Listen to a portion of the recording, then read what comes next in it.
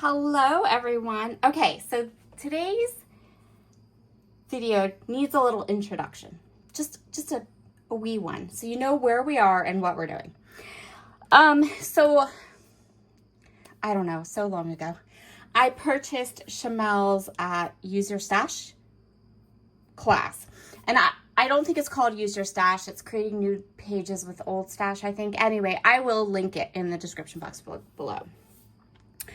I always buy Chamel's classes. They always inspire me. They always teach me something new or show me something different. And she is one person that I know, and I don't buy classes. Literally, I don't buy classes from anybody else because she is the one person that I know will teach me something new. So I was cooking dinner tonight and I thought, oh, I bought that class so long ago. Let's go ahead and listen to the first lesson. So I listened to the first lesson and I was incredibly inspired. I came right upstairs. I got to work. I started. I planned out what I was doing. And so I don't want to give away the parts of her class, and I will link it in the description box below. But if you have the class, I went through lesson 1. I did sort of like the nuts and bolts that she teaches for product picking and putting things together, stuff like that. And so now I'm going to speed this video up and we're going to make a pocket page. So this is a pocket page for my 2025 album. My albums are super similar to Chamel's and the way that she does her yearly albums, with the exception that she will do like 4 a year and I do 2. That has only been, I used to do 4 a year, but in the last few years, I just have kind of, my kids are older. It's like that your kids are older part of your life. And so I now have and I've also gotten way, I'm digressing completely, but I've also gotten way better at adding lots and lots of photos to a scrapbook page, because I used to be like completely just one photo. So, and I've gotten better. So, I have this little pocket page. I have chosen products. I have some new products. I have some old products. These are from, so this is from Webster's Pages. This is Love is in the Air collection. And this is from, I don't know, it does not have a year on it, but again, Webster's Pages. I have this paper from Basic Gray's Gypsy, single-sided, and again, quite old. And then I have these papers, which are also mostly from Basic Gray Gypsy or Basic Gray Papers. And this is a 12 by 12 sticker sheet from Everyday Eclectic, which is also, which is Echo Park. This one might have a date on it. Hold on, let me look. Nope, no date. Old. So I have some new and some old. I have a pocket page that I need to get finished. This is for my family album next in 2024. And so I'm going to go ahead, put this on speed, and take you through my process for creating all the little pockets for this pocket page. So first thing to know about my process for my pockets today is that every pocket is going to be inked with Distress Oxide in Vintage Photo. And for the most part, you will not see me do this except for this one time in the video, because I just did not, I feel like you would have seen me do this over and over and over again. And the other thing is that before I get started here, I am going to do a bunch of fussy cutting from one of these pattern papers. So I'm going to show you, this is one of the pattern papers from that Basic Gray Gypsy collection. And I fussy cut just a whole bunches of that. Then we're going to go ahead and I'm going to get started with my pockets. So the first thing, I just kind of showed you there how I cut that paper apart. The first thing that I'm going to work on is the title pocket. So this page is double-sided, and I did do the pockets on the front and the back, but I only filmed the pockets on the front just because I didn't want this video to be super, super long. So I am going to go ahead and take this fussy cut border. I'm going to put it across the top and across the bottom of my title page, my title card. And I'm going to call the pockets and cards pages forever, because I very rarely record pocket pages for my channel, even though I do them. It's kind of like my memory planner. It's just a project I don't necessarily feel like film, or it doesn't get a lot of views.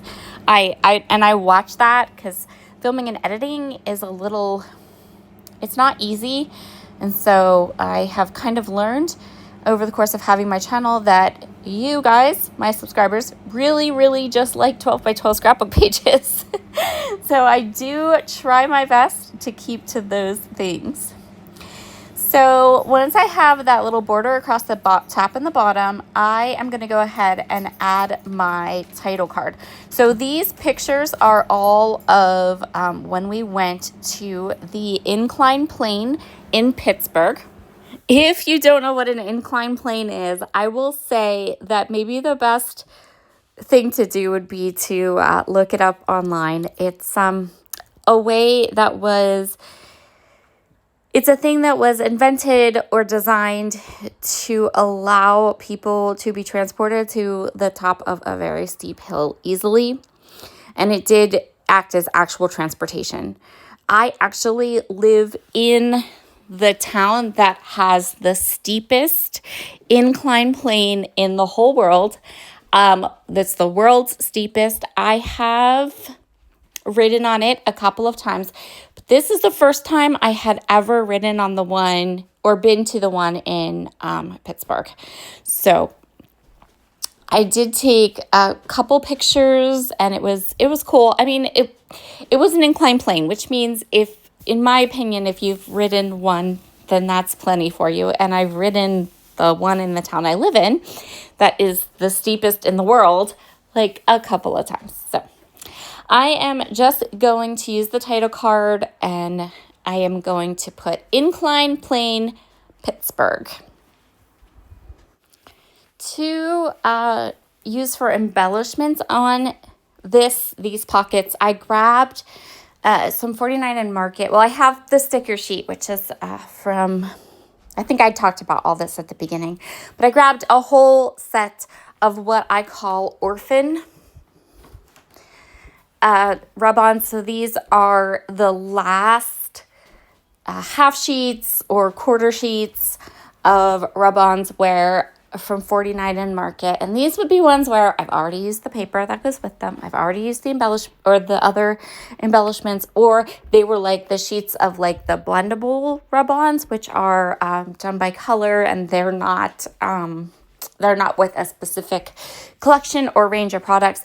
And I keep them all together in a little pouch, which is also from 49 and Market. And so what I'm going to do is go through and use some of those rub-ons, pick out some words and phrases and some of the like blendable ones, and use them on my pockets. So I have like some writing. It just kind of adds a little pop of black to each of the pockets, a little bit of interest. And because I chose ones that were pretty neutral colored, they will completely match and mix in perfectly with these older basic gray products. The second card is the card I'm going to be doing some journaling on. So I actually do have quite a bit of journaling about this entire day. So I'm using this journaling card not just to journal about the incline plane, but to journal the story of this whole day that we had spent in Pittsburgh. I'm going to keep this pretty plain. I did think about adding a flower here. You'll see me kind of audition it. But then I was worried that what if I really started to write too much, which is a distinct possibility. So what I think I decide to do is to just leave it Or do I add it? I don't remember. Maybe I add it. I guess I add it. I'm going to leave this card pretty plain though, because I just want to have, I chose this paper for that side and the lines on it because the lines will work.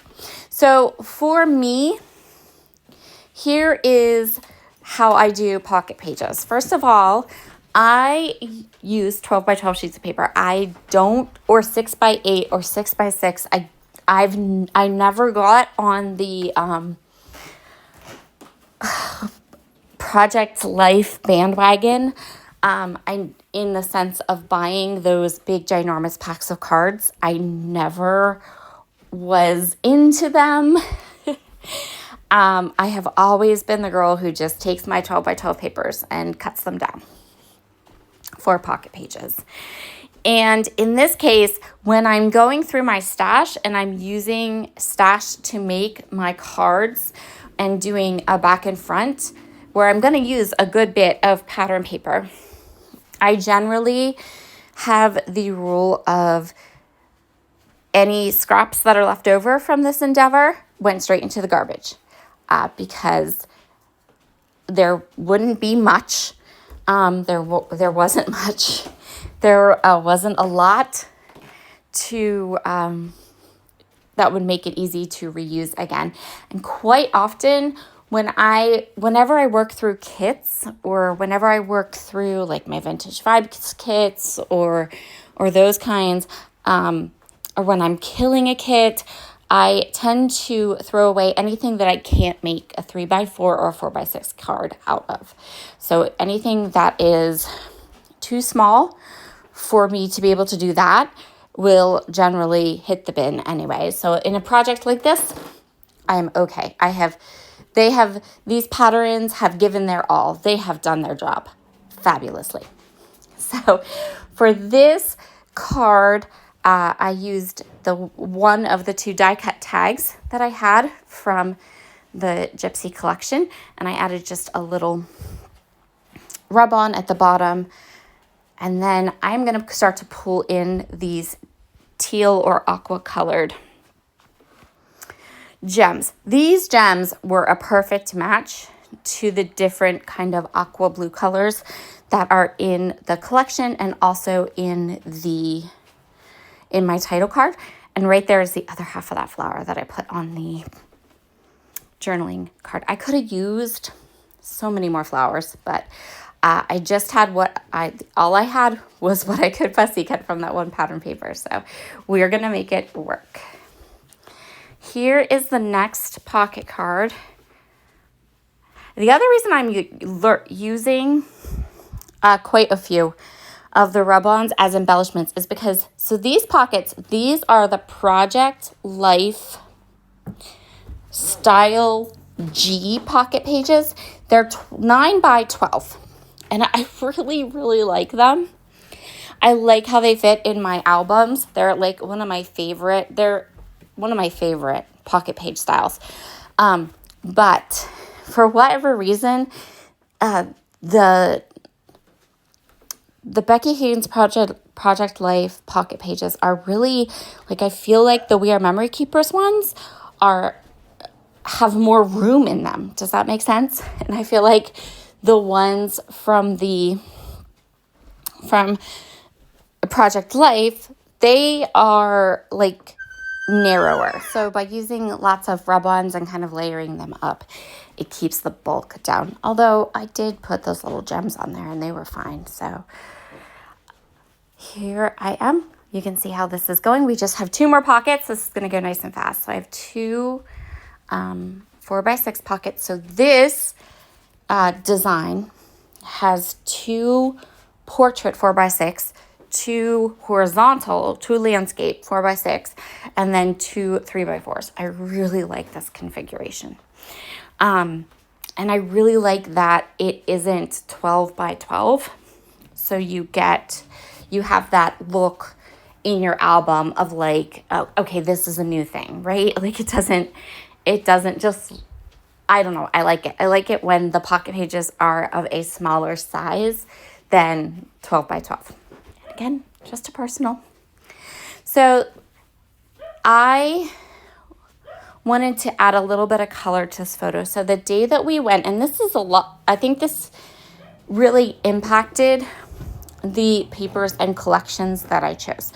So when we took this excursion trip, it was in September, but it was such a yucky day. Like there was no color. You can see from this photo, like there was no color. Like it was so gray and the sun was just not having it. Like it wasn't raining, but it was like it could rain any second type of weather, if that makes sense.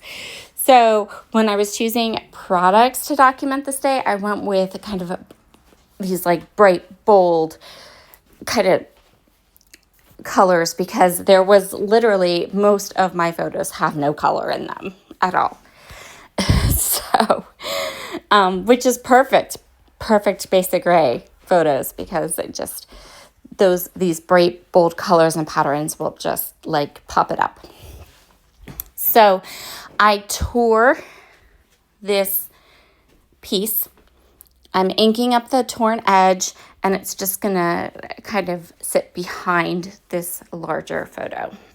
Like I said at the beginning, I will leave a link to the class from Shamel. I think it's an awesome class, and I hope to be able to kind of work through the rest of the lessons because I never would have pulled this pocket page out of my 2024 album and thought, I think I'll pair this with Basic Gray if it hadn't been for Shamel.